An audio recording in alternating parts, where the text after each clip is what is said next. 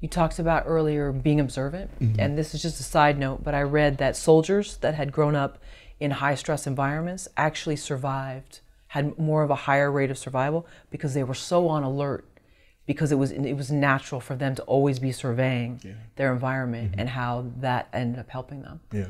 So that's interesting from you observing people.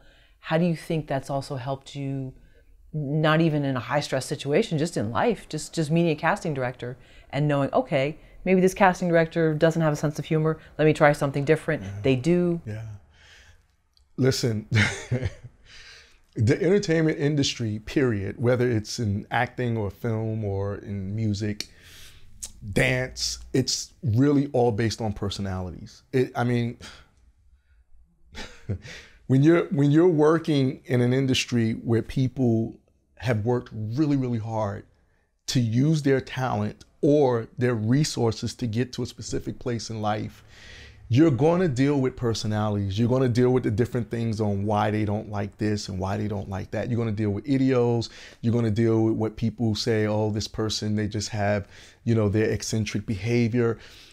Personalities is the number one driving force of the industry. It's the reason why specific people work together. I mean, you look at Leo and you look at Scorsese and why they continue to work together. It's a formula that works. And what I've learned is that your past experiences, okay, depending on, all right, let me look at it this way. Let me put it to you this way. I was raised by a single mom. I didn't have a dad.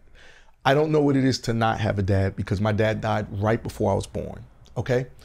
In that sense, a lot of the attributes with me growing up was from my mom. I didn't really have a father, but I had men who were like mentors or men who I looked at and learned from, but I didn't know what it was to be my own man. When I got into the entertainment industry, a lot of the ways I responded was the way my mom would respond.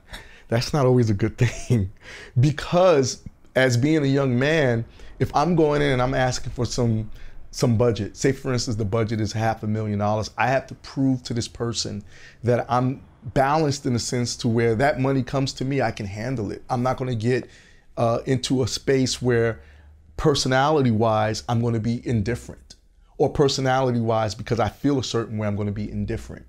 And I learned that's important because people judge you based on how you are with your personality. This whole industry is based on that.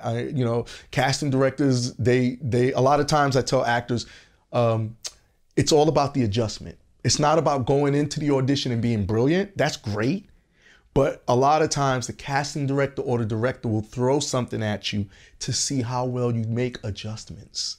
And people don't realize that. So a lot of times people go and they'll work on an audition and they'll nail it and I got all my lines right and I know exactly what I'm gonna wear and I know what movement is gonna be, and then the casting director goes, that's great, can you do it this way? Or they get the call back and the director goes, that's great, and you did great, but can you do this? And people fail at it because they're not able to make adjustments.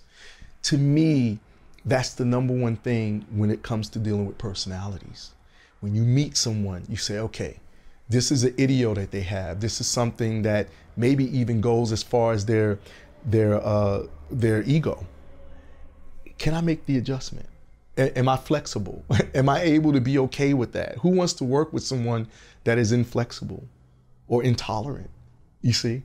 And I've learned that this thing's really all about personalities. It's all about showing up. It's about integrity. It's about being there for people. It's about being able to communicate.